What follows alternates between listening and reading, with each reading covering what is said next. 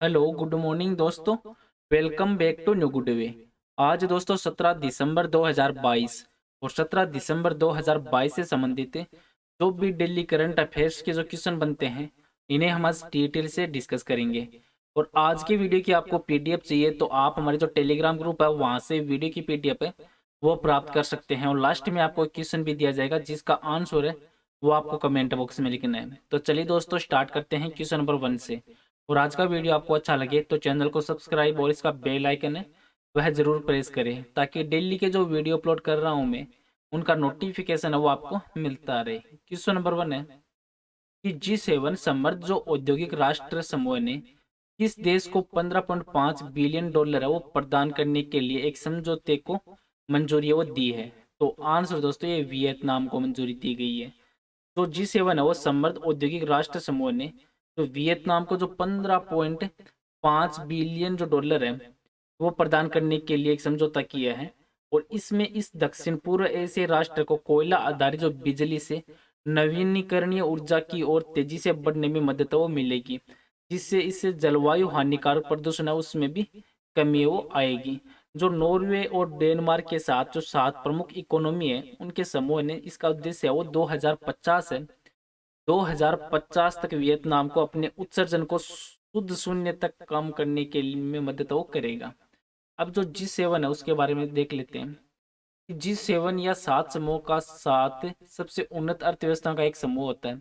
और ये 7 देश हैं Canada, America, Britain, France, Germany, Japan और इटली। G7 का गठन है वो 1975 में हुआ था। और वैश्विक आर्थिक शासन, अंतर्राष्ट्रीय सुरक्षा और ऊर्जा नीति जैसे सामान्य हित है उनके मुद्दों पर चर्चा करने के लिए G7 है वो देश सालाना बैठक वो करते हैं। सभी G7 देश और भारत है वो G20 का हिस्सा है। और G7 का कोई भी निश्चित मुख्यालय नहीं है। यूके वर्तमान में G7 की अध्यक्षता वो करता है और उसने भारत के साथ साथ ऑस्ट्रेलिया, कोरिया गणराज्य और दक्षिण अफ्रीका को G7 शिखर सम्मेलन है इसके लिए अतिथि देशों के रूप में आमंत्रित वो किया है। वियतनाम देश है, वियतनाम देश दक्षिण पूर्व एशिया के जो हिंद चीन प्रायद्वीप के पूर्वी भाग में स्थित एक देश है जिसको आप मैप में देख सकते हैं। और इसकी जो पड़ोसी देश हैं जैसे चीन है, लाओस है, कंबोडिया है और पूर्व में वियतनाम के दक्षिण चीन सागर है। और वियतनाम की जो राजधानी है वो है हनोई। और प्रेजेंट टाइम राष्ट्रपति हैं गुयेन जुआन कुक और प्रधानमंत्री हैं फाम मिन चिन। और वियतनाम की मुद्रा है दोंग। दोंग है वो वियतनाम की मुद्रा है। नेक्स्ट क्वेश्चन है क्वेश्चन नंबर 2 कि कृषि डिसीजन सपोर्ट सिस्टम है ये विकसित करने के लिए कृषि मंत्रालय ने किस विभाग के साथ एक भागीदारी वो की है। तो आंसर दोस्तों अंतरिक्ष विभाग के साथ भागीदारी वो की गई है। तो कृषि मंत्रालय और अंतरिक्ष विभाग है इन्होंने उपग्रह डेटा का उपयोग करके जो कृषि डीएसएस है जिसकी फुल फॉर्म है कृषि डिसीजन सपोर्ट सिस्टम डीएसएस, इसके साथ एक विकसित करने के लिए एक समझौता किया है। और ये अंतरिक्ष विभाग है जिसमें जो RISAT है फर्स्ट ए और वेदाज है, वेदाज का उपयोग करने के लिए एक निर्णय जो समर्थन प्रणाली है वो इसमें रखी गई है।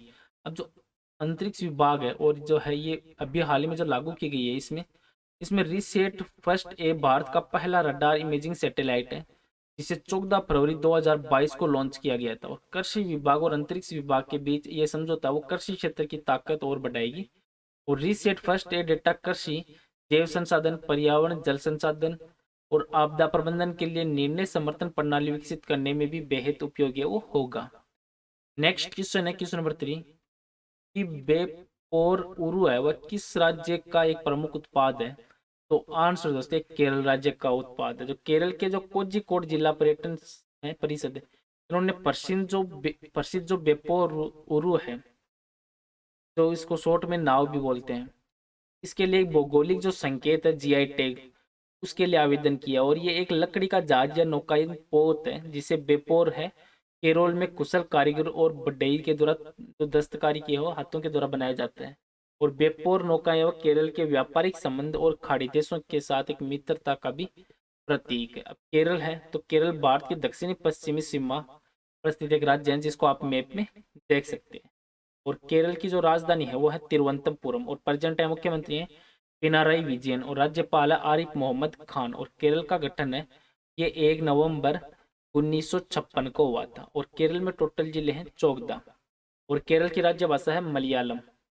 नेक्स्ट क्वेश्चन है क्वेश्चन नंबर 4 कि किस देश ने ऐतिहासिक परमाणु संयंत्र पर एक नया परीक्षण वो किया है। तो आंसर दोस्तों ये यूएसए के ने किया है। तो संयुक्त राज्य अमेरिका में वैज्ञानिकों ने जो परमाणु संयंत्र प्रौद्योगिकी है उसमें लंबे समय से जो प्रतीक्षित खोज है उसका खुलासा किया है। और ऊर्जा सचिव जो जेनिफर ग्रानहोम है इन्होंने परमाणु संयंत्र ऊर्जा विकास में जो महत्वपूर्ण वैज्ञानिक जो प्रगति है उसका दावा किया। और परमाणु संयंत्र परमाणु विखंडन से भिन्न एक अभिक्रिया है जो परमाणु संयंत्र और सूर्य और तारों में देखी जा सकती है। नेक्स्ट क्वेश्चन है क्वेश्चन नंबर 4 सॉरी 5 है कि समावेशी पर्यटन को बढ़ावा देने के लिए एयरबीएनबी ने किस राज्य के सरकार के साथ एक समझौता ज्ञापन पर हस्ताक्षर वो किए हैं। तो आंसर दोस्तों ये गोवा के साथ किए गए हैं। तो एयरबीएनबी है उन्होंने समावेशी पर्यटन को बढ़ावा देने के लिए जो ये हस्ताक्षर वो किए हैं। और गोवा की जो विशाल सांस्कृतिक विविधता है उसमें सप्ताह भर चलने वाली जो उत्सव है रिडिस्कवर गोवा इसके आधिकारिक लॉन्च के मौके पर इस समझौते पर हस्ताक्षर वो किए गए हैं। गोवा है तो गोवा क्षेत्रफल के अनुसार भारत का सबसे छोटा और जनसंख्या के अनुसार चौथा सबसे छोटा राज्य है जिसको आप मैप में देख सकते हैं। और गोवा की जो राजधानी है वो है दोस्तों पणजी। और गोवा में टोटल जिले हैं 2। और गोवा के प्रेजेंट मुख्यमंत्री प्रमोद सावंत और राज्यपाल P S Sreedharan. Next question है क्वेश्चन नंबर 6 कि इंडिया वाटर इम्पैक्ट समिट है का मेजबान है वो कौन सा शहर है। तो आंसर दोस्तों न्यू दिल्ली है इसका मेजबान है। तो प्रेजेंट टाइम में केंद्रीय जल शक्ति मंत्री हैं गजेंद्र सिंह शेखावत। इन्होंने दिल्ली में इंडिया वाटर इम्पैक्ट समिट 2022 है इस समिट का जो 7वां संस्करण है इसका उद्घाटन वो किया है। और इस वर्ष के शिखर सम्मेलन की थीम रखी गई है restoration and conversation of small river in a large basin.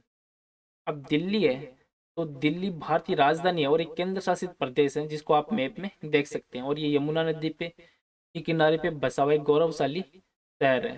और दिल्ली का पुराना नाम था इंद्रप्रस्थ। और दिल्ली के प्रेजेंट टाइम में जो मुख्यमंत्री हैं वो है अरविंद केजरीवाल और उपराज्यपाल है अनिल बैजल।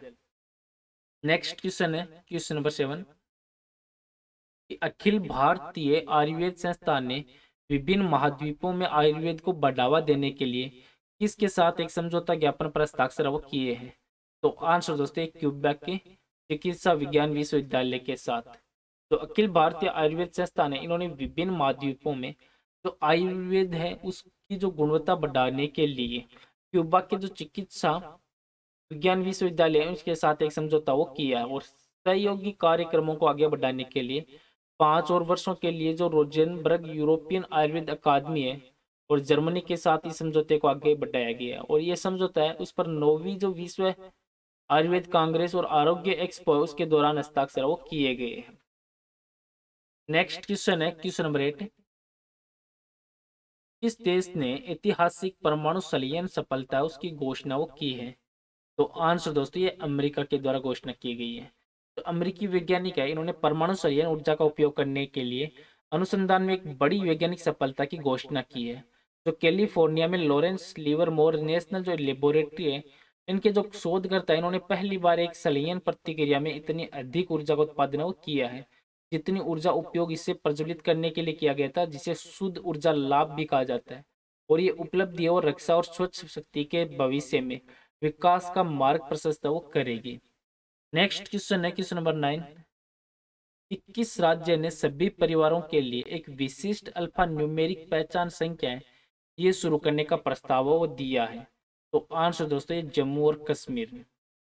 जो जम्मू और कश्मीर के उपराज्यपाल है प्रेजेंट टाइम में मनोज सिन्हा।